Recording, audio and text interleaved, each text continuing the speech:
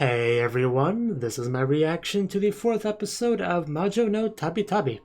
And last episode, we had two halves. The first half are which goes to a place that has some pretty bad flowers and that led one of the town guards to go out to where the flowers grow and just kind of be sucked of his nutrients as he, clings to his sister and we just kind of left that as it is. Then we went to this one place, this one household that had this gloomy slave girl that may or may not have killed herself after we left.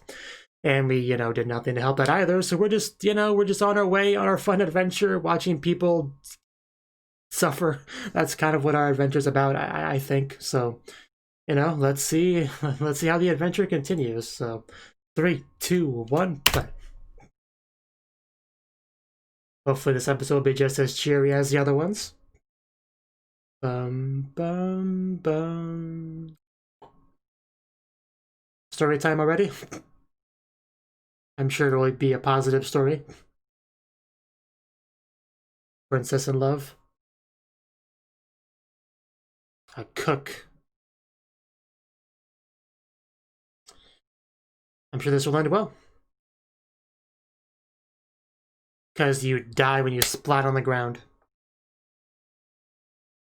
Yeah. Pretty much what I was thinking. I was about to say, is she pregnant? I didn't want to say anything, because what if she wasn't, but I was pretty sure she was. But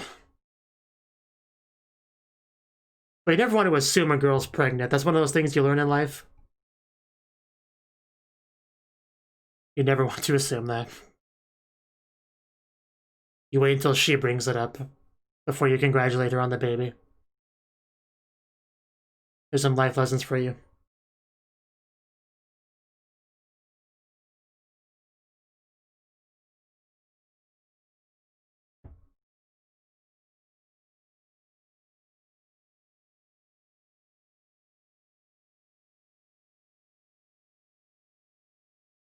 So obviously that story is going to tie into what's actually happening in some way. There's going to be some kind of social class difference, forbidden love kind of thing this episode. I mean, it's not really that. It's not that different than what we got with the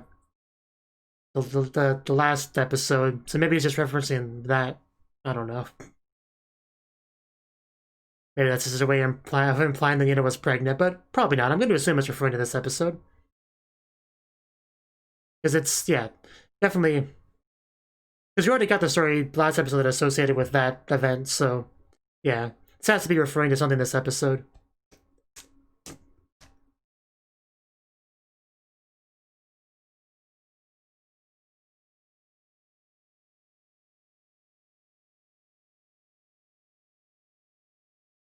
Okay.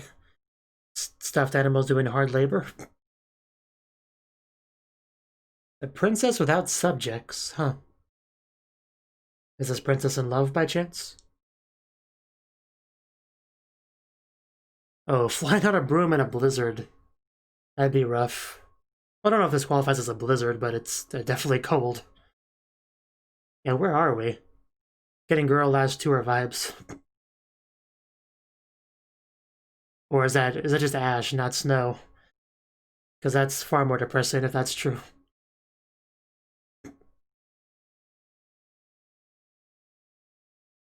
Because, yeah, damn, someone did a number on this place.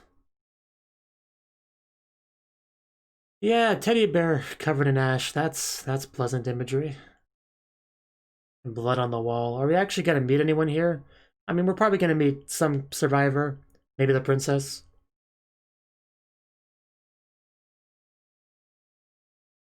Gonna have to find some shelter around here.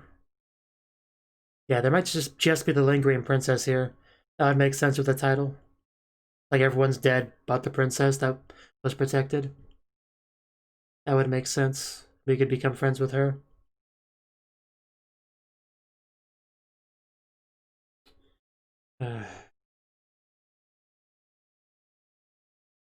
Everything changed when the Fire Nation attacked. Oh, geez, what? Oh, okay, I guess a magic barrier kind of makes sense. If the princess survived, yeah, a magic barrier would make sense, because that would help her survive. That's logic. maybe she can only get past it because she was a witch. Do we have any magic that could help get this door open? No, somebody's in there, I guarantee you. It's gonna open... Oh, no. She's just gonna keep blasting at it. I thought for sure somebody was gonna open the door and say, wait, don't go. But no, she was getting in there one way or the other. So, yeah, I was right. Magic did get it open. I was imagining something a bit more elegant, but it got the job done. There's our king. I assume that's the queen. And is that gonna be the princess? Is that... Yep, that's her. That is... She looks just like the painting. Definitely did her justice. So, how friendly is she gonna be? Pretty friendly so far. Invited us to her tea party. Although she probably can't afford to be picky on guests.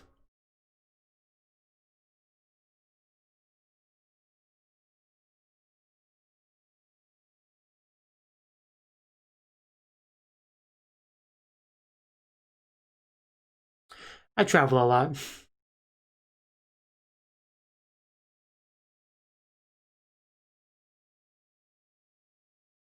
Mira Rose, okay. That's a nice cup.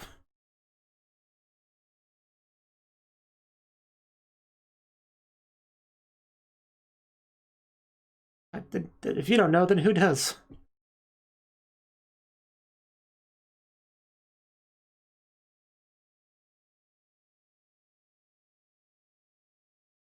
Huh.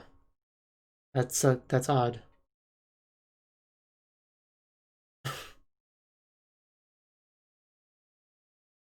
It was probably written in a diary somewhere.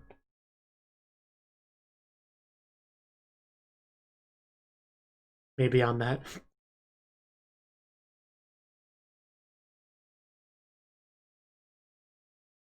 Okay, so was it planned amnesia? Like an amnesia spell?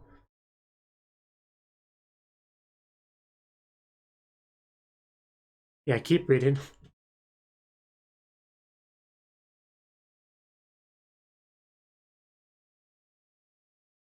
Okay, so someone knows at least.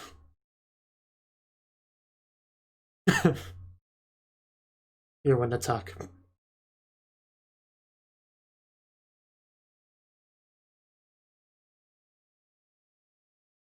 Okay. What's gonna happen? Getting kind of nervous.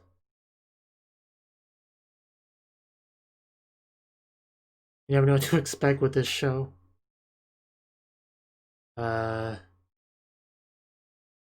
Okay, yeah, something's happening. Is that just like a magnifying...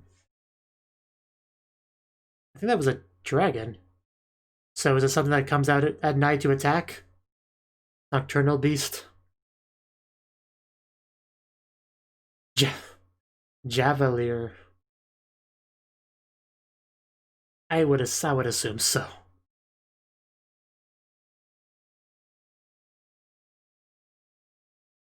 Well, damn.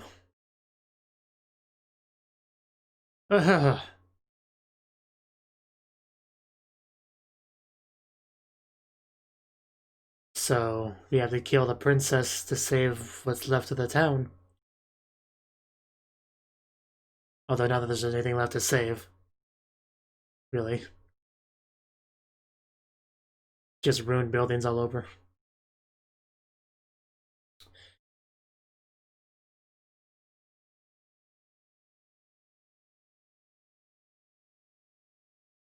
Ah, okay, yeah. So either the princess dies or the javeler dies.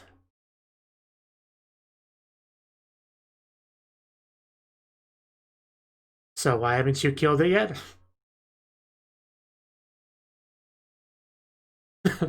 Like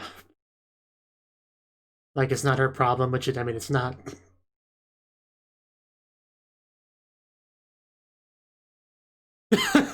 I know, right? She doesn't exactly dress like a carpenter.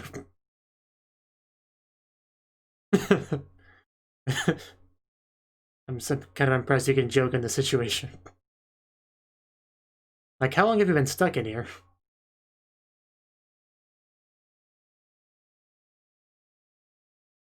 Yeah, we need a few more letters.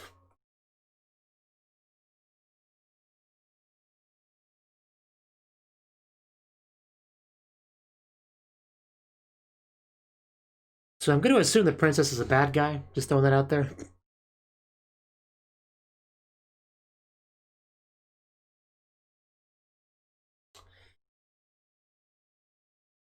Tomorrow for sure. Just not now. She's a princess.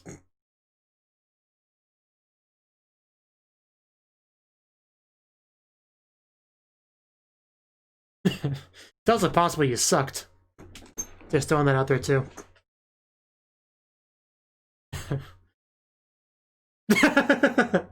As expected of Elena.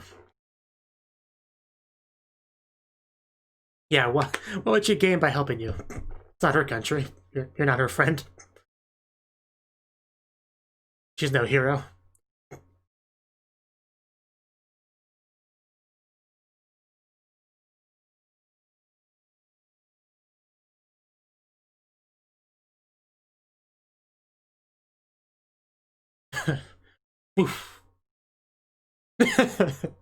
Wow. I mean, it's not often you get to stay in a castle. Gotta see she's enjoying herself.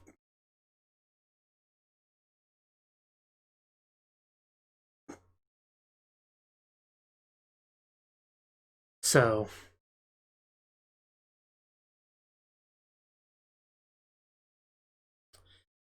yeah, I mean...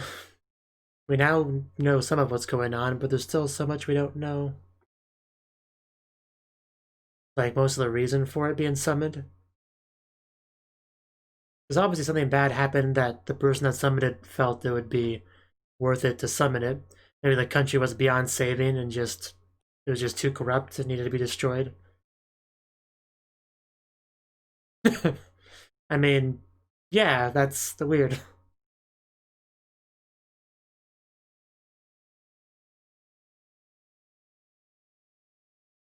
Saw a lot of blush in there. Wow, this is a nice dining hall.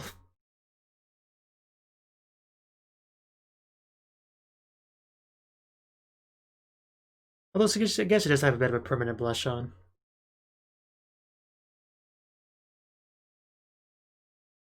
Supposedly.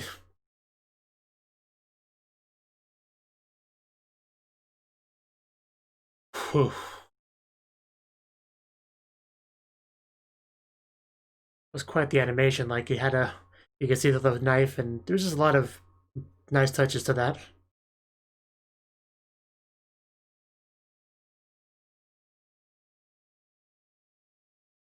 Wouldn't you run out of food eventually?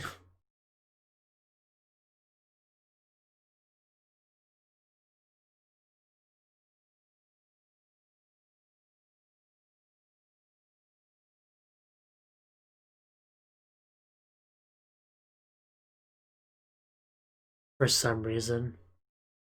Maybe because it killed people you care about? But there's plenty of reason to not like it.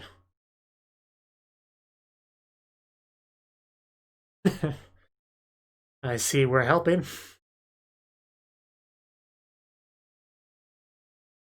Oh, that's that's why we have the stuffed animals working hard. Okay. Now that makes sense.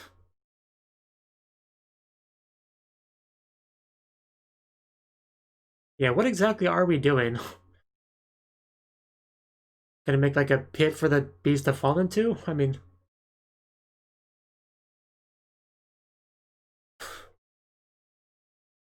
okay, I guess that's a plan. I mean, how stupid is this beast?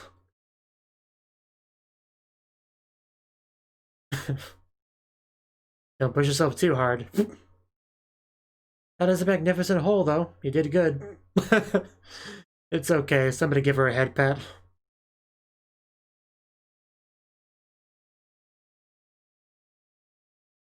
Yeah, you better after all that. Oh, really?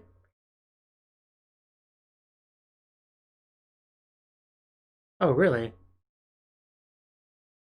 Okay. I'm not sure I believe that, but...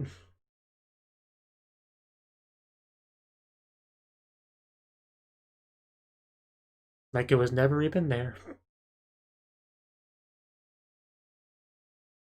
Okay. Let's see how this goes, because... like, really, I'm not sure how this situation is going to end. This is a very hard show to predict.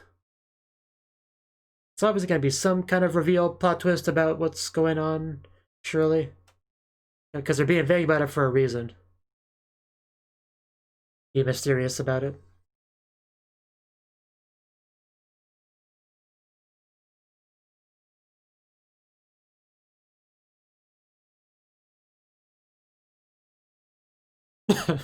Yeah, as long as I don't risk my life, I'm more than happy to help. Oh, that's the beast. Yeah, he does look pretty intimidating. It helps that he's kind of obscured by the night. Does that hurt? And yeah, she's definitely a witch. That's confirmed now.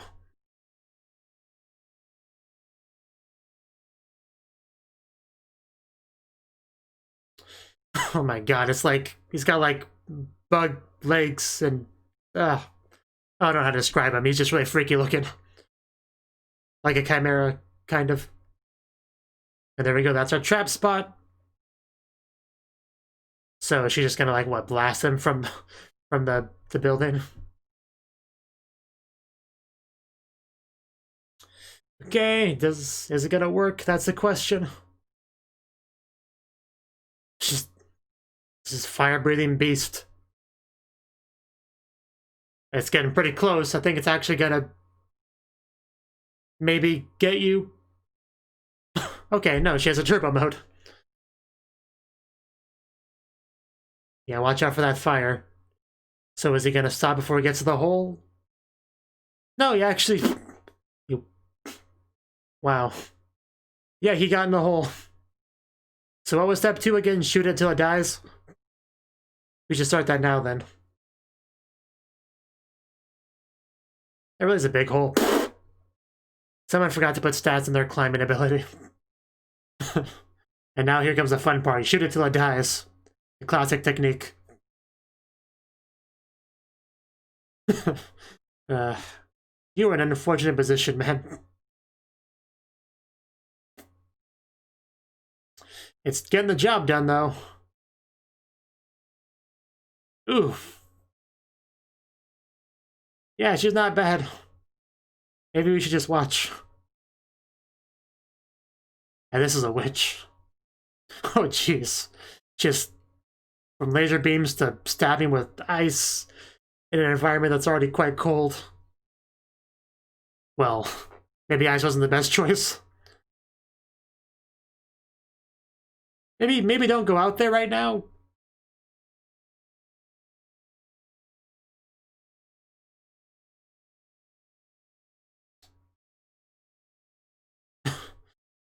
Burning ring of fire.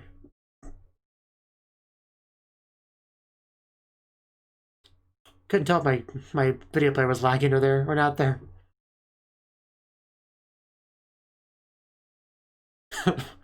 Okay, summoning lightning, that's also pretty cool.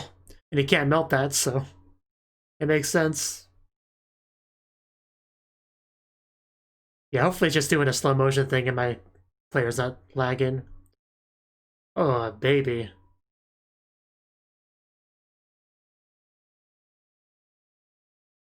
Those are definitely some important flashes.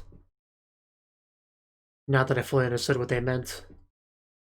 But I think she got some memory back.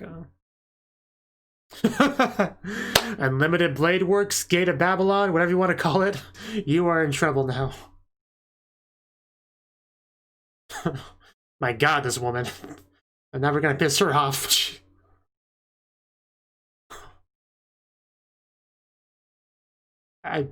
Is it weird to say I'm starting to feel bad for the monster? Because I'm starting to feel bad for the monster.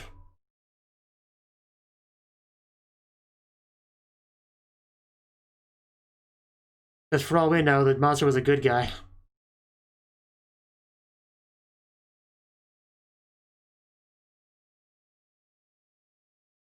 Oh. Oh.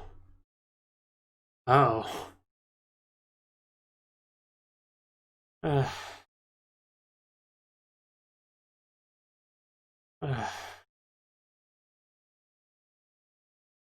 Well, I guess we got him. Yeah, I'm starting to lean more towards her being an evil witch.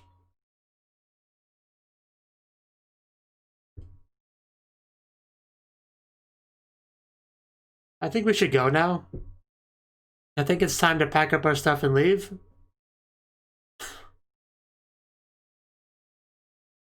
Continuing this story, I see. Yeah, I'm sure he was excited about that. I'm sure he took that well.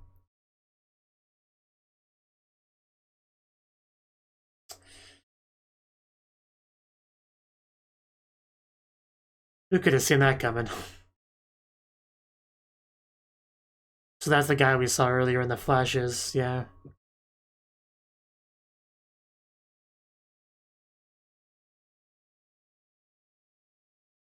So the punishment was her turning him into that.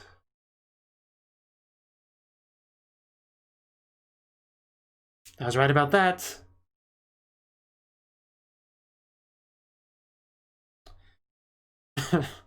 Now she burns it.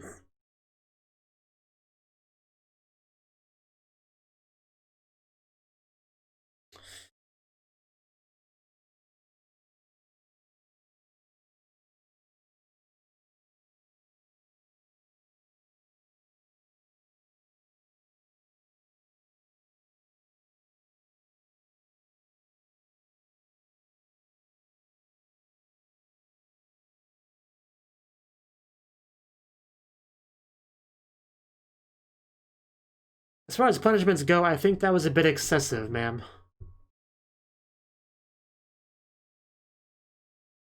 You know, since it involved a lot of people that did nothing wrong. Just saying.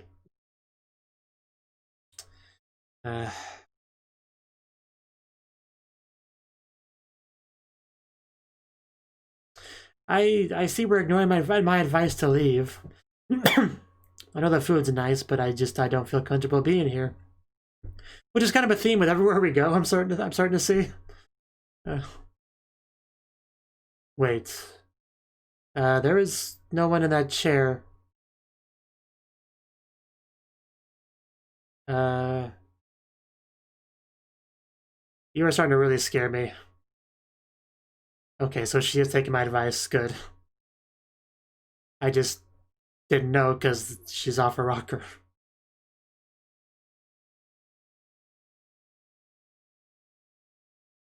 I mean, she got what she wanted, so yes, happy ending for the evil witch.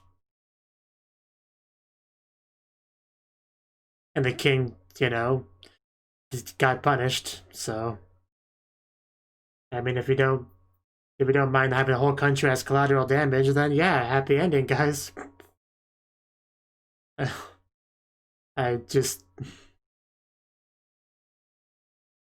I was wondering for a good chunk of the episode how that story tied into what was happening currently. Because I figured she was a princess from the story, but there was nothing about the baby mentioned, nothing about the cook mentioned.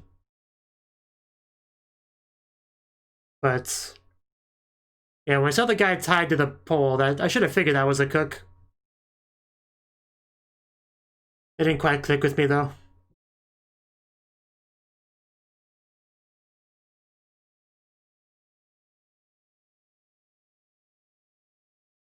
This show definitely knows how to leave an impression on you, I can say that. Because that visual of her just slowly killing the javelin in that hole.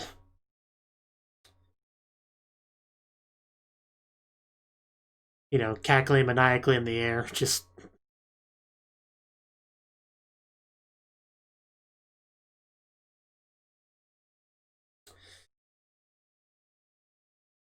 Okay. Yeah. That was the The 4th episode of Majo no Tabitabi. And yeah, this is quite the show. Like, this episode we had 1 instead of 2 parts, right? Which I think, I don't know if I want to say that's better or worse, but I think it worked well for this story. Honestly, like last episode, the whole plant thing, there was no reason to have that extended to a whole episode, right? But this one, you know, I can feel some. I feel that was the right choice to have it be that long, right? So, I don't know. Where do I start with this? Okay, well, we came to this new place. I at first thought it was snowing, and then I thought, oh, I guess it's just ash, and I think it might just be a mix of both in the end. I guess, I don't know, but we knew that this town was basically done for, right?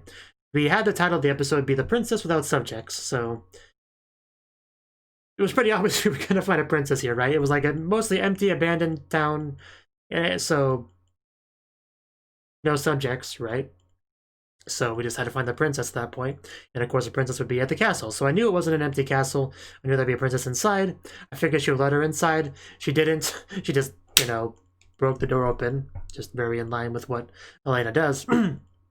So, and then we met the princess herself. We saw the portraits of the king, the queen, the portrait of the princess, and then the actual princess right after we saw her respective portrait. So she was here, and I wasn't quite sure what kind of person she would be because we didn't know anything about what was going on, right?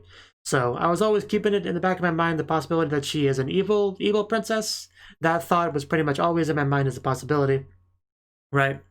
But I was just kind of sitting here waiting for the show to elaborate on what's going on because I didn't want to be too mean to the princess before I knew for sure she was a bad guy, right? So I was just kind of taking it all in for a large portion of it. And Elena, you know, Elena's great. Like, you know, she finds out about this big old monster and stuff like that, and she's like, well, I will be sure to root for you from a safe distance, which is, yeah, really in line with her character. Because when I talked about, you know, Elena's lack of intervention in the last episode, I got, you know, a comment or two talking about how, yeah, Elena's not really a hero, right? You know, she's more self-focused and stuff like that. So it's just that, from my perspective, most stories that you consume, generally, like the main character, the protagonist, is a hero, especially like in RPGs, right? You go to a town, the town has a problem, you help the town with a problem, you might get a reward or something at the end, you go somewhere else. Like it's almost in my mind like a given that you go somewhere, you help them with a problem, because a lot of stories are from a hero's perspective, but it doesn't have to be the case, right? So that's one of those things you just kind of have to just store in the back of your mind whenever you are watching a story that's not really from a hero's perspective. You know, it's not from somebody going out to, you know, make the world a better place. That's not what this is. This is a story about a girl going out to, you know, adventure, learn things, discover herself, you know, going on an adventure, right? So she's not necessarily going to risk her life to save a complete stranger, you know, that she's not really that kind of character. I mean, she might help in certain circumstances, for sure, but it's not the kind of thing you should just expect her to just go full hero whenever an opportunity to do so presents itself, right? So, yeah, her talk of helping from a safe distance, being as helpful as she can, because obviously the princess is helping her a little bit, giving her a place to stay and food, so obviously she wants to be somewhat helpful, but not like risk my life level helpful, right? Because that's not quite equivalent to having a bed to sleep in, risking your life. Doesn't quite balance, right? So, her perspective on everything, it makes sense. She feels very much like a person rather than a hero. I feel like I rambled on that topic a bit too much, but we can move forward now. Back to the actual plot of the episode. So we discovered that what's happening here is that we have a big old monster, the javelin, and it comes out at night, destroys things, then goes back to bed during the day, right? So luckily we have that cycle we can kind of take advantage of, because that means we could set up a trap when it's asleep, right? That's very helpful, definitely. That's really what allowed us to succeed. And seeing Elena just with the bed and all that stuff, she's like pops right through her pajamas, jumps on the bed, she's all comfy and happy, and then just like conks out. That was a fun little scene.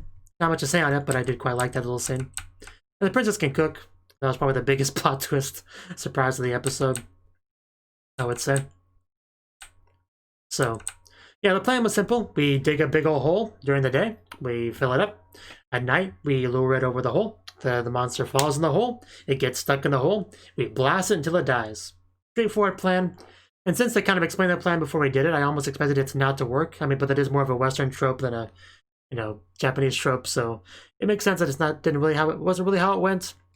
So it actually went very straightforward. There was a couple close calls that the claws almost grabbed her, and she like barely dodged the fire, but it did work. It did work in the end, and it got in the hole.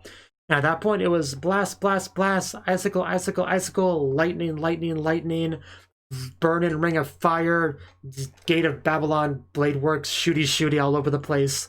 Like, I was starting to feel bad for the monster once it got to the blade point. I was like, okay, we just like finish it off now. Like this is starting to seem pretty cruel, like we're just torturing this poor creature.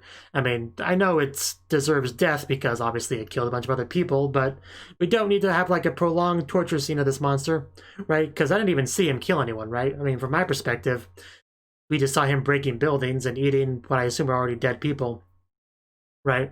So my perspective on it's obviously very different than the princess' perspective on it, so I know there's that bit of disconnect, but I just wanted to see her finish it off, so luckily she did, but not until after we found out that it was, in fact, her father, and that's when we finally fit in those final bit of pieces. And yeah, what happened was the story about the cook and the princess and the baby and the class difference.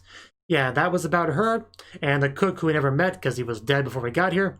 And she's like, hey, Daddy, I got a baby with this cook. Could you please congratulate us? And he said, no. In fact, I'm going to kill that cook. So, yeah, take that. That'll teach you to fall in love with the wrong person. And then the princess was like, I don't like this, Daddy. Become monster. And Daddy became monster and destroyed everything. And the princess made sure to put up a barrier first and memories and as a side effect of this spell, something like that.